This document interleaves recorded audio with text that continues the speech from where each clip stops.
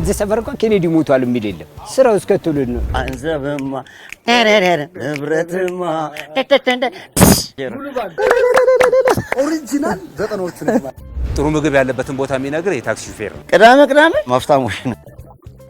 ተመርቄ ነው ስንት ትንሽ ያደኩ እንጂ አጭር ነበርኩ። ኤሌመንተሪ ሶስት ቦታ ማለት ይቀምሰናል። ስደት ብዙ ነገር ቀምሰናል።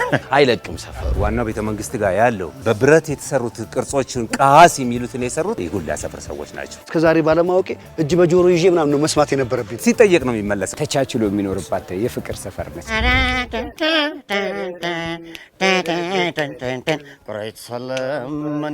ፍቅሬ ሰለመኒ ብርሳኬ ፍቅሬ ሞት ካይወስደኒ ይወተይ ናባኪ ከዱ ክልኪ አሊ ከባድ ዋን